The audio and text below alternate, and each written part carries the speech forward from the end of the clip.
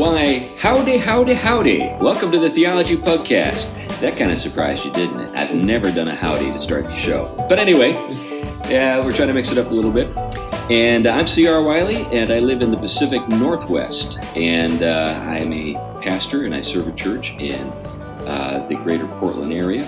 And I've written a bunch of stuff. And my book on Tom Bombadil is just days away from being released, and I'm pretty excited about that. We'll talk about that more another time. But why don't we go ahead and go around the horn and introduce ourselves? And Glenn, why don't you go next, and then we'll go to Tom.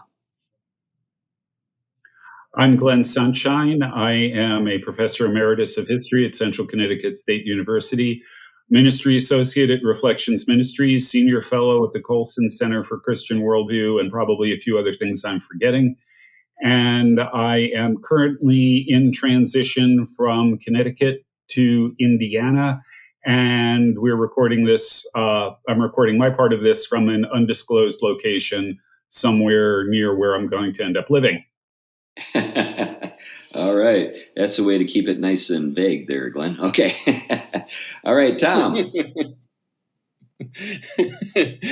I wish I could have an undisclosed location. I'm in Connecticut, and it's I don't even know what to list that as. A beautiful place, but disastrously governed. I'm Tom Price. A systematic theologian, Christian ethicist. I also teach philosophy, religion. And a variety of other things. I'm currently working on a book on Christian faith and technology, which is taking shape and form, which will be getting into a lot of moral theology and systematic theology, and delving into philosophical issues as they engage this topic. And I believe this podcast will come out before the start date, because there's an extended start date to a class I'm teaching at the University of Fight, Laugh, Feast on Christian faith and technology. And it's going to be getting into some fascinating things. And so there's still time. Sign up. You want to be there. So today's topic is, I don't know if I can roll right in with it, but is going to be something that will be addressed in more depth. It's going to be sort of technology, wisdom and virtue. Technology, wisdom, and virtue. And so I guess it's a good start. Mm-hmm. Go ahead. Yeah. Before you do jump into the subject of the day, I did want to say to the folks who are in the Pacific Northwest and are looking forward to our tour, this show will come out just a couple of weeks before our series of live podcast recordings here in the Pacific Northwest. So the locations are firming up, and I can say this: the weekend of the 30th, 31st, we're going to be in the Portland area. We're going to be at the Westminster Presbyterian Church in Vancouver, and we're going to be at some pubs in that area on Saturday. Then Glenn and Tom are both going to be at Westminster Presbyterian Church in the morning. Glenn will be preaching, and Tom will be teaching in the adults Bible study hour. And then in the evening, we will be heading down to Oregon City, not Bend, but Oregon City, to a church that is located there, RCC, and we're looking forward to that. Glenn is going to be delivering a lecture, and we're going to be doing a podcast there as well. And it looks like it's going to be a great night. There are going to be people dressing up like characters from the Reformation. This is Reformed Halloween. I don't know if people make those connections, but basically you get to dress up like Martin Luther and scare people. But we'll be doing that. Then we'll be heading up to the Seattle area for a couple of shows, and we're looking forward to being there. And then we'll be over in Moscow to spend some time with some friends. Glenn will be delivering a lecture up in the Seattle area. Tom will be delivering a lecture up in Moscow for the folks there at NSA, New St. Andrews College. Anyway, all the details will soon appear on the Pugcast website, and you'll be able to note, all of those details, and hopefully be able to come to those shows, or at least one or two of them. So enough of that. So let's jump into the subject of the day. Tom, you are the man. You are the man with the subject of the day. before that, I did want to say that dressing up like Martin Luther in the Pacific Northwest would probably scare a lot of people. So we'll see how that goes. Right. Okay, so one of the things that kind of got me thinking about the issue I'm going to talk about today was a class I was teaching just a few days ago, where I'd given an assignment, and I got a lot of the assignments back, and there were missing answers. People answered 4 of the questions. They didn't even answer the 5th question, and it was clearly in the email. And similarly, when I was meeting with a class, a lot of the young students, I was going over certain things, and they had clearly missed some of the most important steps in the assignment, which were listed one by one in an email. And we started to have a little conversation about how people actually are reading their emails, or are they reading their emails? And one of the things that is showing up more and more as I teach more and more is this kind of awareness of how inattentive students are becoming, people are becoming to details that matter, not simply incidental things or things that don't matter, but things that are important, core parts of an assignment for your education, for example. I imagine people in other areas and professions are run into this all the time, and I find myself doing it a lot of times, brushing quickly through a note, a text, an email, or even a form or a document where I'm just missing a lot of the key things said. And so I was kind of pondering some things about, in relationship to technology and the variety of tasks we now do, because we can do more things at once, in the changes that kind of really brings into our world. And it got me thinking about how just on everyday levels like that, technology is changing things for us, and we're not catching up with technology. I mean, it's getting more a hold of us than we are getting a hold on that.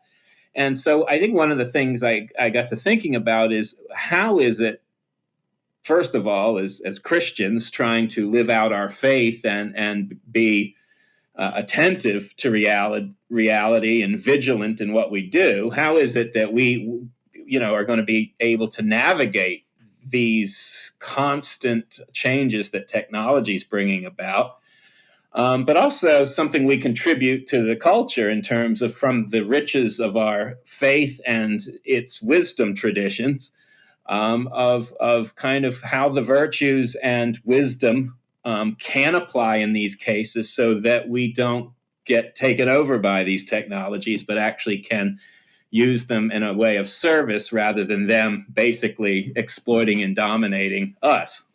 So that's kind of the theme, is kind of technology, wisdom, and virtue. There was a book that came out recently, and I don't know the author. Well, 2016, that's recent for me. It's written by a professor of philosophy, I think on the West Coast in California, Shannon Valor. And the book is called Technology and the Virtues, a Philosophical Guide to a Future Worth Wanting. And it is written more from a kind of pagan and kind of virtue position. It deals with the classic virtues and Buddhist ethics and some things like that. So it's kind of drawing off of a variety of traditions. But at least it takes a first step in the direction of trying to actually bring ethical seriousness to serious things that are impacting us. And it really covers a lot of ground, though not every part of the book is in the kind of depth you would want it to be. You have chapters like learning from virtue traditions, cultivating the techno-moral self. There's a lot of kind of new language here. But going through kind of the wisdom section, they're talking about a taxonomy of techno-moral virtues: honesty, respecting truth, self-control, justice, courage, empathy. So taking a lot of the classic virtues and bringing their wealth to the conversation. So I just I think just launch maybe as just a large topic, and then we can narrow it down. What is the significance that you're finding, the challenges of technology, but also the wisdom that we have from the Christian intellectual tradition and, of course, the biblical faith to actually begin bringing something into this Right. well-needed need? Yeah, I think the thing that immediately occurs to me is the revival of interest in virtue, for example, and how welcome that should be. I was reminded while I was reading Christopher Lasch in his book, The Revolt of the Elites and the Betrayal of Democracy, that for many thinkers in the modern period, the goal was to create a political environment in which virtue wasn't necessary. So, Alistair McIntyre's book, After Virtue, is, addressing that theme. I think it's lost on a lot of folks that we actually had pretty serious people who thought we didn't really need a world in where we, trained people in honesty. we thought that, the checks and balances of a well-managed government and an administrative state would be able to keep things in line. But what I think we've discovered is that the human heart is able to sort of, manipulate and corrupt anything. And even these attempts to sort of, use vice to serve public good, like we see with so Mandeville's, Myth of the Bees, if I'm remembering correctly, the idea or the note that, I think it was, what was it? Adam Smith and his quip. I think it was him who said that, the baker doesn't bake bread because he wants to give the world bread. He makes bread essentially to serve his own self-interest and, to make a living. So the idea is that we can, have a more, I guess, reliable set of outcomes if we just sort of accommodate or sort of, acquiesce to the fact that people behave selfishly. And what we need to do is create a world in which there are enough checks and balances that are mutual suspicion and our tendencies to be selfish keep each other in line, and that would be enough. But I think people have lost faith in this. This goes back to several things we've talked about before. We had an episode on heroes, the utter loss of the concept of the heroic in our society. So hermeneutics of suspicion, another one of our shows. We've talked about a lot of these kinds of things. And I'd just like to point out that for your average person, virtue is probably an old-fashioned word that they don't really use or think about much. Yeah. We've really functionally lost the entire concept of virtue. I used to use it when I was talking about the zero-sum game in critical theory. That virtue is a zero-sum game. You lose virtue by being in the oppressor class. That means you gain virtue by being in the oppressed class. But I've had to drop that language because people don't really get it. So I've switched to moral authority. Yeah. As really the closest thing that I can get to this idea of virtue. I think we've completely lost the idea. Yeah. Right. Yeah, I think that's true. And you begin to see it. I mean, I see it increasingly in everyday ways. I mean, you go to the grocery store, for example, in increasing rudeness and impatience between people for small things, getting parking spaces, having to, if you work at a supermarket or a store and having to pay attention to a customer asking a question, there's a certain attitude and pride now to even ask someone a question is to bother them and irritate. And so what you see is this kind of what used to be taken for granted is this sort of a shared societal set of aims and goods that they would habituate and develop character in relationship to has just, as Chris was saying, has kind of not been something that has been an aim of the society. And you're seeing the repercussions. And so more and more state power or more and more reinforcements to limit the vices that begin to develop. And I think technology plays into this because it starts to become almost another means of control, in one sense, creating vice, but also in another, controlling and becoming almost surveillance-like in other ways. And so, we've lost this notion of virtue. And then I think even in especially in Protestant thinking, and even in some of the reform lines, there became an allergy to virtue because they thought of it as some kind of human work contributing to salvation.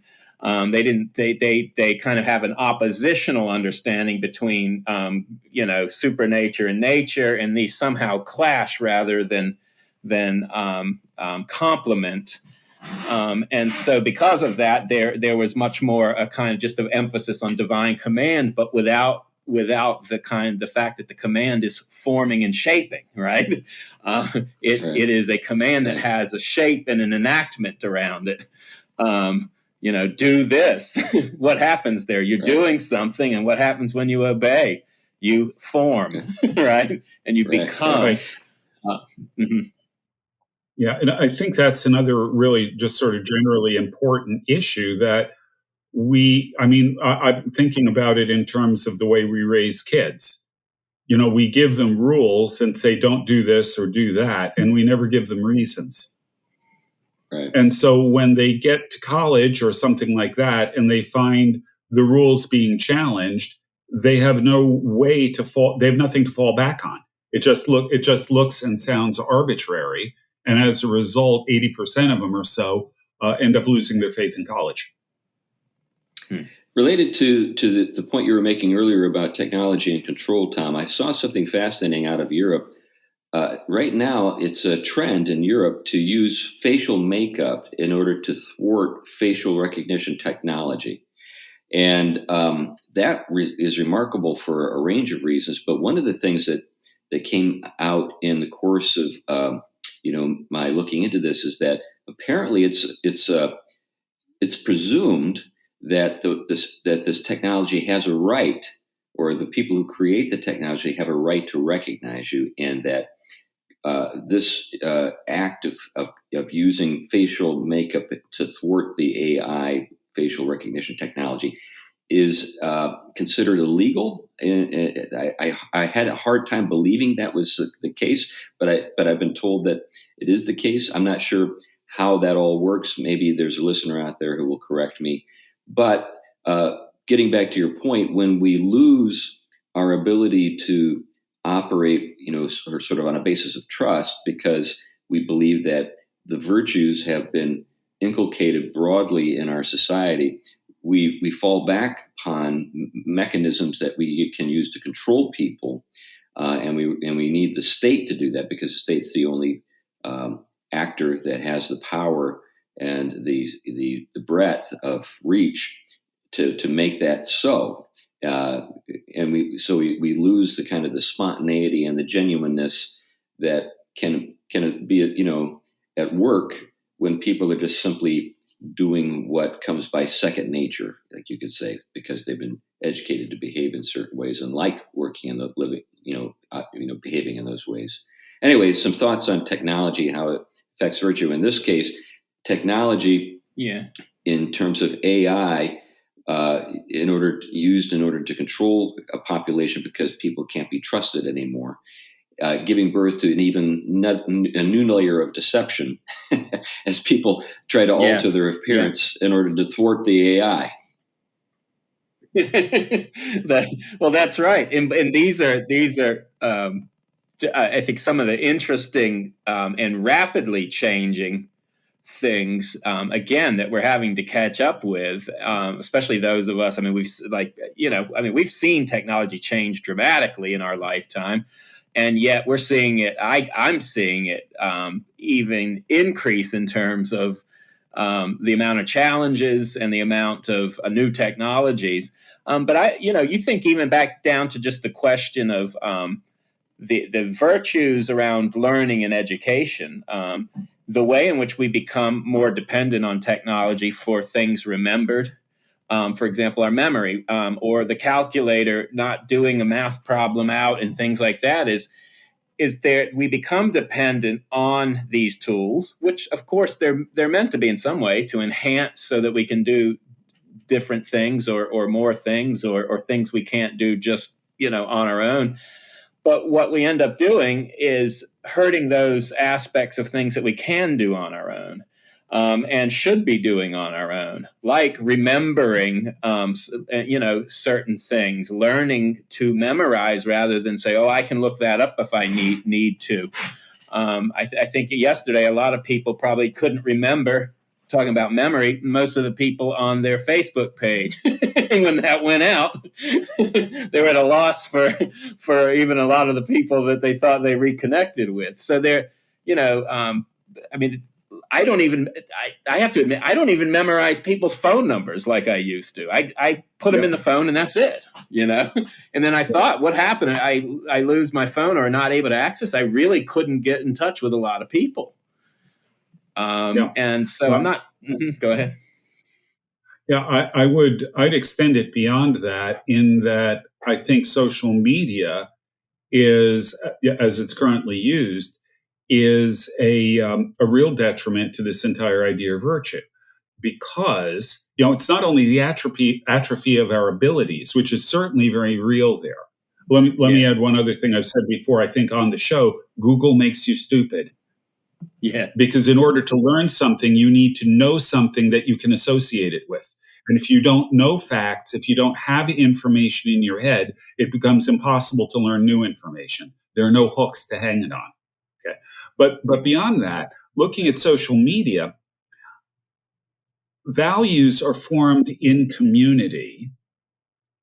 I would argue that virtues are also formed in community.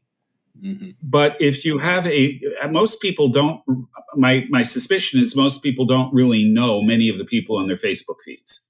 They just accept friend requests and all that kind of thing, which means that there is no real penalty for you if you're a jerk. Yeah. Yeah. And so there's no real community there. In a real live living community where you're being with other people face to face, where you've got ongoing relationships, that kind of thing. If you're a jerk, there's a penalty attached to it. Yeah, yeah. It's got consequences. Trolling and things like that on Facebook, snide comments, attacks, cheap shots, insults, things like that, don't carry with them the same kind of penalty to you in your living community as the same kinds of things would carry if you were actually in contact with these people, if this was a genuine community for you. So I think that contributes to a massive amount of rudeness, and with it, that massive loss of virtue. Yes. Related to that, Glenn, is I think something that we kind of assume to be the case that I think has a kind of romantic, almost Rousseauian origin, and that is I don't know what you're going to say, but whatever it is, I don't like it. The idea is that if it's an external authority or external institution, or an institution that is requiring something of me or keeping me from something that wells up spontaneously within me, then it's in some sense inhibiting me and altering my. Well, it's a reality that is keeping me from being me, preventing me from being free and authentic.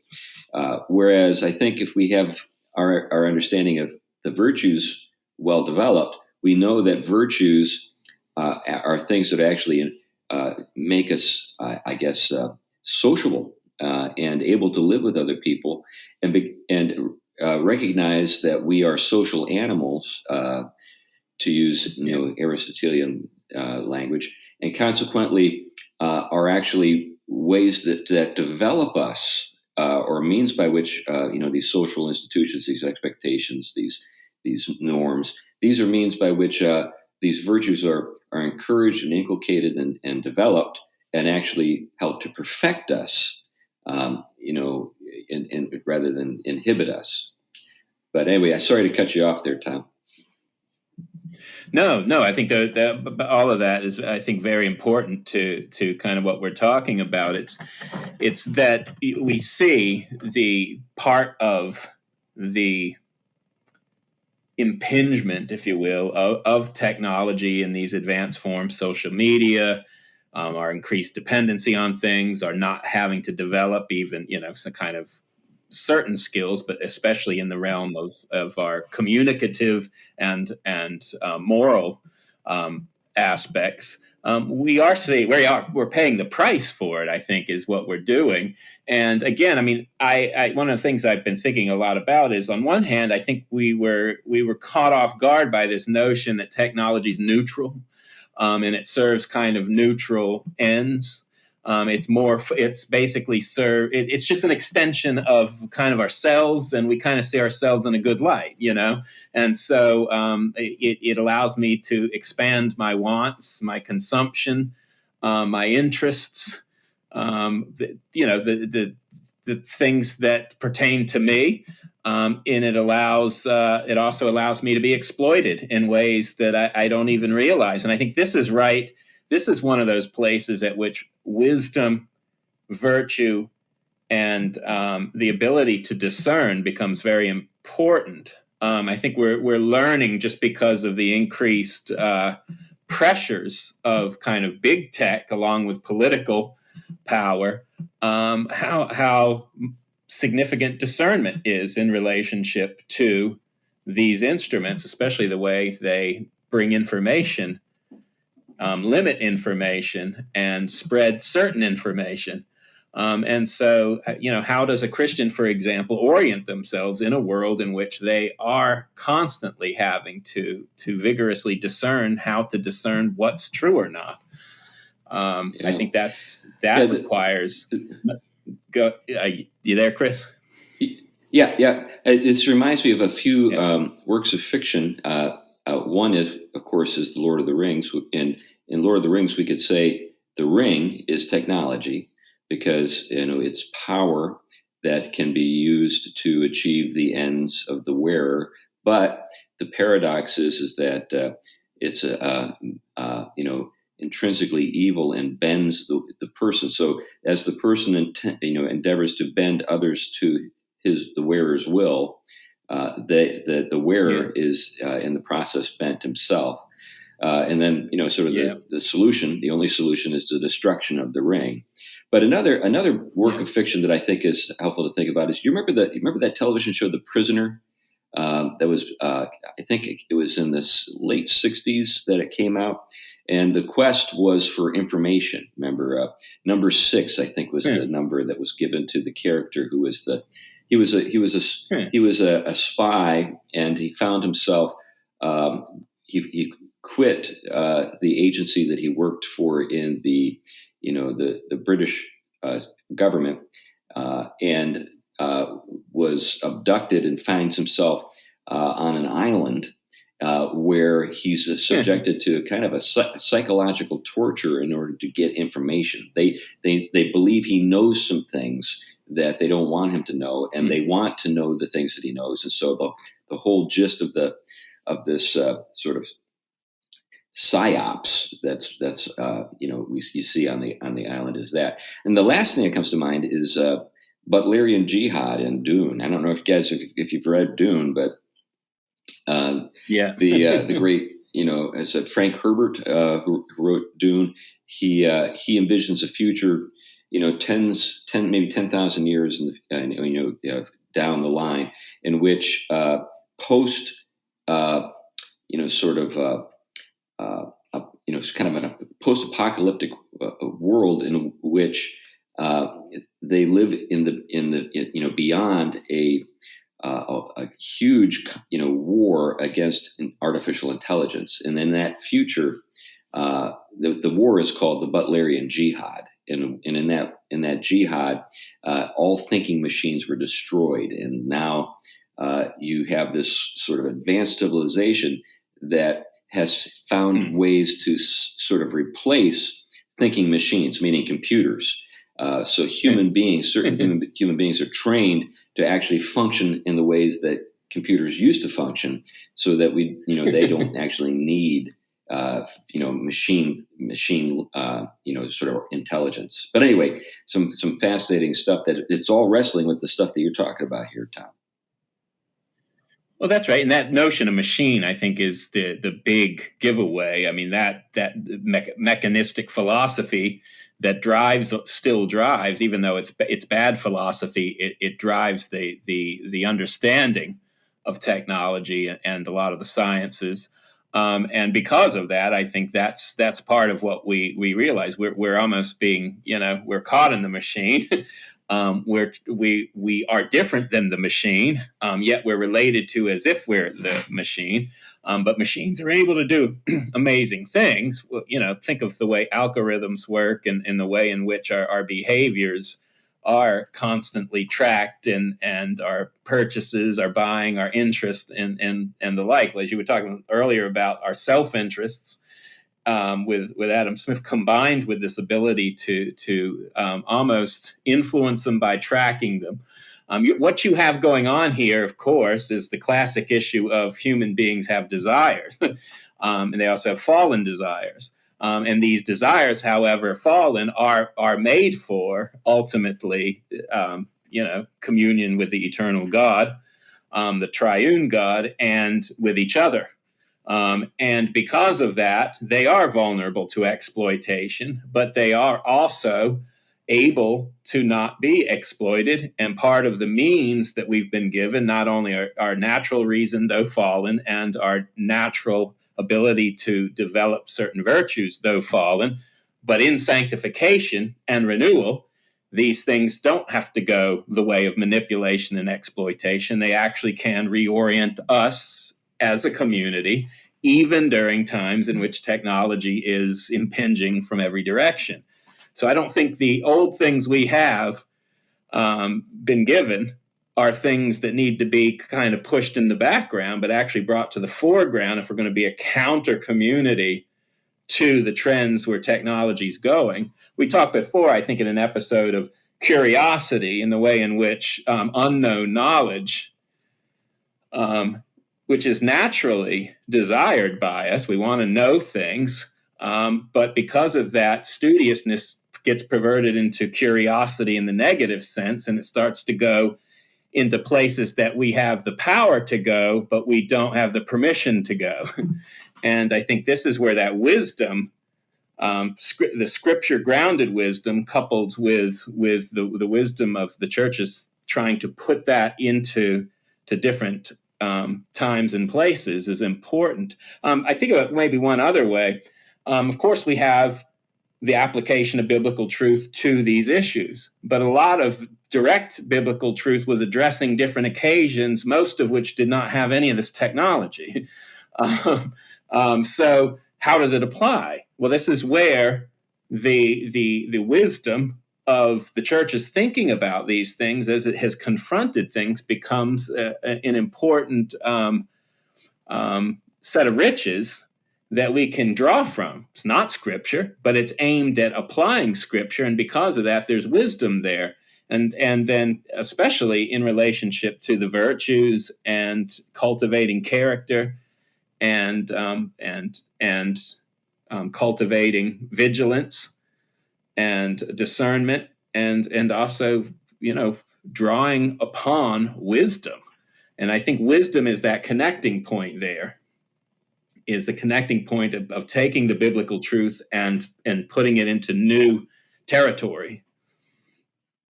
Now, what do you think about the speed of technology, Tom? When we talk about something like wisdom or something like a community, these tend to be slow-moving realities. In other words, they're not moving at light speed. They're not moving at the speed of Google. They're not moving at the speed of technological change. I feel like remember that was Alvin Toffler, Future Shock, that book that was published in the 80s. Yeah. It's ancient history now. but it was looking forward to this whole problem of how do you keep up with the speed at which technology is changing the world in which we live. So by the time you finally have the wisdom to know, okay, that snide comment that I want to leave on Facebook is not only going to harm the person that I'm directing it to, but it's going to harm me in the process. Yeah. By the time then, at that point, we're almost post Facebook. I wonder if this little crash that we experienced on Facebook and Instagram here the other day isn't an indication that we're looking at a post-Facebook future. We've finally gotten to a place, I think, where we say, okay, Facebook is a reality. It's kind of a utility, kind of like the electric company. We all have to kind of live with it from here on out. And the next thing you know, well, maybe not. There's something going on here that indicates that its future is got an endpoint. But anyway, but you know what I'm getting at. How do we adjust when things move so fast? Yeah, I mean that I think is one of the things that I'm really trying to wrap my own thinking around and practices. I've just kind of a few things just by way of impression. I think thinking about these. One, I think, is that we do have to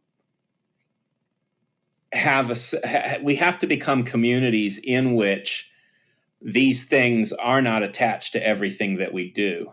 For example, I have some suggestions. These aren't law; these are suggestions. I think, for once, especially with theological education, that actually in community, even if you're using technology sometimes to broad a class or something like that, that you actually read, for example, classic works of Christianity, like take one text, like the old Oxford system of tutorials, and where you sit with one text, say Athanasius on the Incarnation, and you meet regularly and you go in together and work through what's going on here. You learn this process not by just going online, getting a thing on Wikipedia, summing it up, but actually working through together in community these ideas. There's a certain gain. It doesn't mean you can't go back and use your computer to do more research. What it's saying is we need to learn how not to make everything, this kind of that's a learning example. But I think the same thing is we're going to have to learn and to practice communal kind of relationships in a sense. COVID has really become an excuse to detach people, I think, more and make them more virtually related. And I think their practice is going to have to go against that grain because I think the losses are too huge. I mean, you're seeing just in the impact of younger children, for example, the suicide rates, the mental health issues. Obviously, technology is not filling that gap, right? And so I think we have a head start because this is central to our faith, being a communing people, frequently meeting together and serving each other directly in many cases. So I think our practices and the practices of learning that have made us, the practices of contemplation, the practices of doing things, cultivating virtues in community, I think these things are going to take time. They aren't going to be a quick fix, but they're going to create people that in a generation, in another generation, in the long haul, will be the kind that are able to carry this stuff, I think, much more significantly positive than where the others are going to go. I mean, let's face it. It's heading in a bad direction, if not. Well, we saw with these, sort of the articles that were published by the Wall Street Journal with the whistleblowers at Facebook. Facebook owns Instagram. They knew that Instagram was harming teenage girls, and they were profiting and have been profiting, on the this exploitation of young women, because the environment within, say, Instagram, because it's a kind of visual environment, encourages a kind of self-disclosure, but also just salacious behavior in order to draw eyes to a particular influencer. But who's being influenced here? The child or the people who are attending to her self display, and this is kind of going on, with very young people. I mean, people in their early teens. These young women, and they were actually able to note how this was not just exploitive, but also damaging psychologically to these girls. But they kept doing it anyway. Yeah. Now, this brings up something I've been thinking about ever since you brought up Tolkien a few minutes ago. I am, by the time this is up, it will be past, but I'm speaking at a Tolkien conference coming up. And my first talk is going to be on fairy stories. And so I've been going through that in a lot more detail lately. One of the things that's interesting is that he says that you should reserve the magic specifically for the work of a magician. It shouldn't be just sort of a general term. If you think about Sam talking to Galadriel doesn't understand what he means by magic because it seems to be used for both what the elves do and the deceits of the enemy. Okay. But so he thinks it should be reserved for what a magician does. And he defines what a magician does as seeking power, seeking domination, seeking to control things or people. And historically, that understanding of magic has always pretty much, especially when it involves other people's wills, it's always been understood as black magic, as evil. So when Tolkien uses the word magic, aside from at the beginning of it where he's using it in a more general sense, when he's using it in what he understands the sense of the word to mean, it's evil because it's all about controlling things or people, dominating things or people. Where that gets interesting is where it intersects with technology, because Tolkien wasn't a big fan of high-tech stuff. Because what does high-tech stuff do? It consists of controlling things or people, especially social media.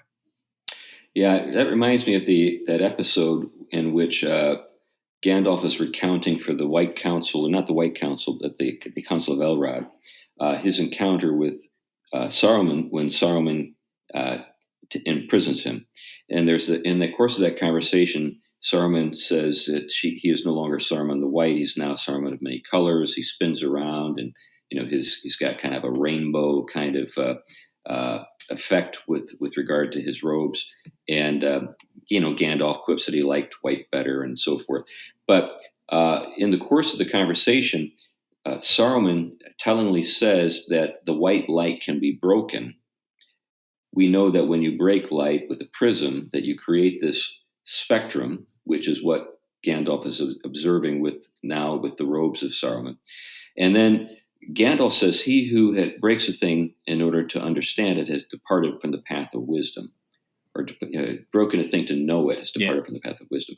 Now, I think it's pretty evident or pretty clear that this is an allusion to Newton's optics experiments. And when we think about that and how this all ties together with technology and power, I think it's worth noting that connection that Tolkien's making. But also, I think that we live in a world in which power is suffused throughout it, but the power is directed toward given ends. So these given ends, we're thinking teleologically now, in order for us to acquire raw power to achieve the ends that we desire, we have to separate the powers from the given ends. And thereby, we are able to use that power to achieve the ends that we desire. So this is one of the reasons why that's what's going on. Yeah, I think this is one of the reasons why teleology is anathema to many scientists. They know that if they concede given ends, then we can't justify the quest for power like we've justified in the past. And that's why I think virtue and classic wisdom, much less the Christian understanding with true sanctification at its heart, are so key, because they are internal patternizations of ends and relating to them the right way. Our appetites are related to true ends the right way. Whereas when you break material creation, or you develop it in ways that rips it from their ordained ends, then the appetites are oriented to them in the wrong way, as basically putting our own final causes onto them, our own purposes onto them. And what happens to the virtue? Well, it's not cultivated because it doesn't have to order itself towards anything. It doesn't have to order its loves. It basically can make those things serve it. And that's what we see when it gets like big tech and powers. You have a powerful set of people making everyone else, and this was the big fear of people like Eliel and Tolkien and others, is that you create this monster to which we're controlled by it, and there is this immense evil that is the byproduct of that, and we're seeing it, I think, everywhere. And I think that's why a restoration of teleological thinking is so important for Christians. And we have to get over this voluntarism that is just so, I think, perverted a true Christian understanding, but also cultivating that wisdom, biblical wisdom, and the wisdom of reflecting on biblical reasoning as it applies to these created purposes is very central, and of course the virtues. Yeah. Right. By the way, for some of our listeners, we might need to define teleological and voluntarism. Oh, yeah. Yeah. So I'll do teleological. Things have a natural end. They have a purpose. And their teleology refers to something, well, literally its end, but its purpose. What's it there for? What is it designed to do? What's it about? When used properly, what is the result? Yeah. That would be a way of looking at teleology. Right. And so what you can do is you can tend to have fights within Christianity about how much of that teleology we're able to see with our natural reason. But nevertheless, it does require, even for Plato, it requires moral conversion to be able to see those higher ends that are in nature. But you do see certain ends and you discern them. They're there. Voluntarism makes that natural purposes arbitrary, because they're not grounded in the wisdom of God. They're grounded in an arbitrary act of God. It's a different conception of God that enters into the picture. A lot of times, it comes out of, we talked about this a long time ago, a lot of times the influence of Islam and its emphasis on Allah's will and its impact through Maimonides and the debates that Christians were having with them, it slid into Christian thinking through Averroes, Avicenna. And so this started to take on the emphasis on God's, in the debates, even between God's hidden will and revealed will. We're already taking steps in that direction. Whereas classically, the Christian understanding of God's wisdom, the mind of God, and the will of God are the very essence of God. They're not two things that can be broken apart. Here, the mind serves the will. And so God doesn't have any wisdom that he infuses the creation with, just God's absolutely free will, undetermined by anything, not even God's wisdom. And so it developed a notion of just the imposition of an arbitrary will onto creation. And so if God willed it one day, God could unwill it another. And it creates a very insecure view of purposes and ends in creation. So they can be manipulated. Well, think of ourselves made in the image of God, when God is an arbitrary imposer of will. Well, guess what that means for human creatures in that view? If we're made in God's image, we can impose our will on the creation because we're basically just us, an image bearer of that arbitrary will, and we can impose it for our purposes because they're not governed by any higher wisdom or truth. I don't know if that clarified the ends are created. So in voluntarism, it comes from the Latin voluntas, meaning will. So in that case, there is no natural end for things. There is no natural purpose. Whatever its purpose is what we will it to be. Right. And that is based on an understanding of God as well. At a very practical level, it affects the way authority is exercised in human institutions. So, you made an important connection there, Tom, between, if this is the way it works for God, if we're made in his image, that's the way it works for us too. So now we have these commands, which are divine commands that express the divine will. And it's almost impious to ask the reasoning behind the commands. This is something you brought out earlier, Glenn. Yeah. You're just supposed to, like the charge of the light brigade. Ours is not the reason why. Ours is what to do and die. We just go, right? Yeah. So how does that affect human institutions? Well, instead of those in authority studying the given ends of things and shepherding them and serving those ends and helping those ends to be achieved, the various components or parties in an institution are viewed as just kind of mechanistically, mechanisms, cogs in some kind of machine that can be interchanged. So it doesn't really matter what the natural ends of a human being are, or a man is, or a woman, or what have you. It's just simply, we've created this arbitrary system that seems to work on paper, and therefore, needs to work in reality, and consequently, we're just going to impose this upon you, and if you don't comply, well, tough noogies, you're going to pay a price for that.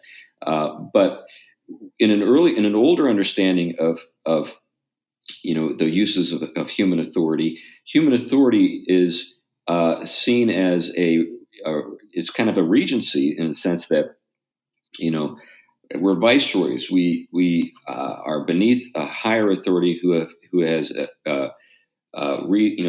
created a world with given ends, and there are reasons that these ends are good, and we work with those ends. We don't ignore them. We don't, and it can be just as practical as, say, a boss or a father, attending to the given ends of the people in under his oversight. And if that's the case, then those in authority also recognize they have limits. There are limits to what I can do. And these limits are not just simply the limits that are imposed on me by the government, or just the physical limitations of, the natural laws that we all have to, acknowledge, like the law of gravity or what have you. But there is there's just the fact that there are given ends that people are made for, and I can't violate those ends. Anyway, I hope you're still with us, Tom. I see Tom has disappeared. Yeah. So you're still there, but we just can't see it. Yeah, and it's funny because yours is out on my end, and I can see myself, so it's just very strange. It's probably the speed of my internet is not keeping up with. You can hear me, okay? We hear you fine. Yeah. Oh, okay. Yeah, so I think what you begin to see, as we see voluntarism play out, as we've talked about in a lot of episodes, is what has given us these conditions.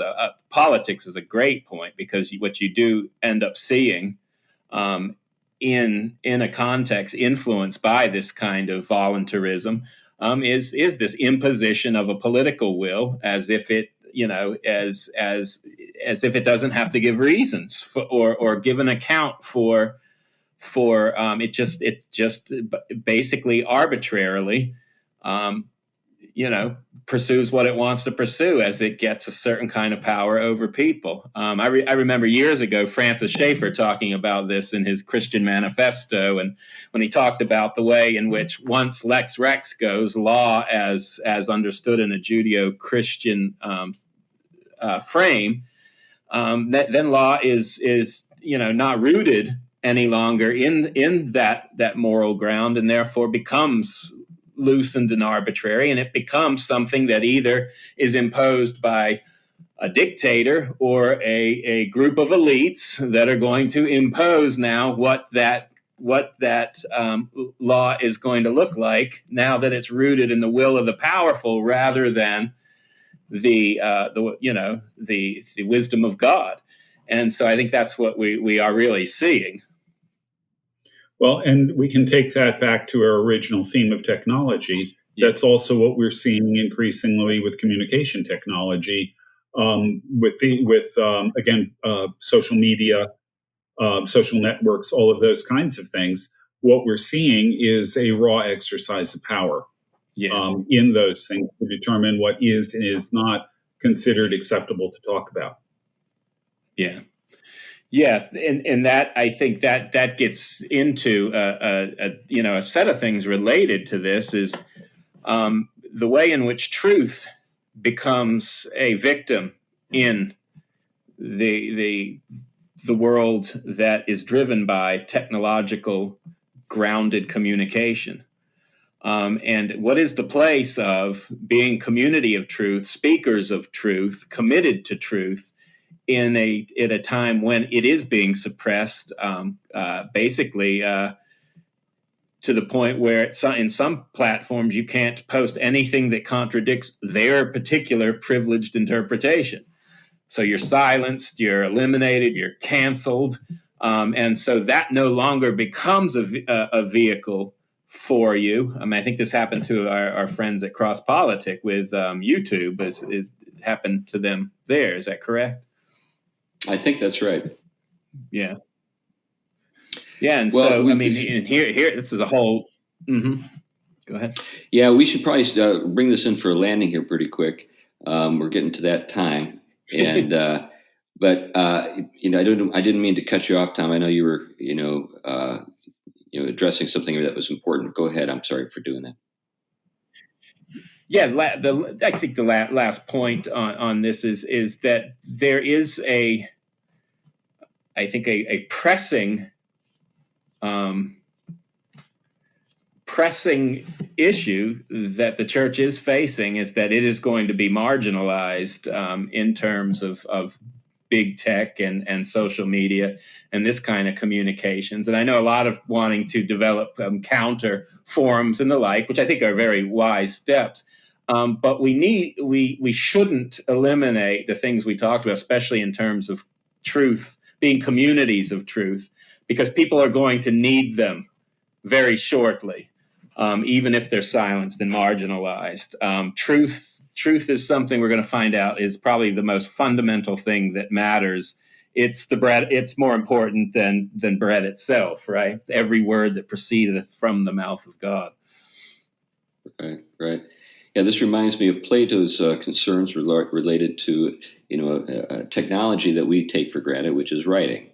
He expressed some concerns about how the very act of writing, provides its own set of challenges or problems when it comes to this matter of truth. So this is a discussion that goes back a long, long way. And that's not to say we ought to be illiterate. It's just saying that every form of technology has its own dangers, and we should be aware of those. Anyway, well, we really appreciate you listening to the Theology Pugcast. It's really gratifying for us when people communicate with us and let us know they've been listening in. There are folks who give to the show on a regular basis, and we are very grateful for those folks. There are expenses that we incur, and those gifts that people give to us through the Fight, Laugh, Feast network when they become a member of the network and designate the Pugcast as their show of choice. We appreciate you folks. There are folks who give to us in other ways through Anchor podcasts or even through our own website.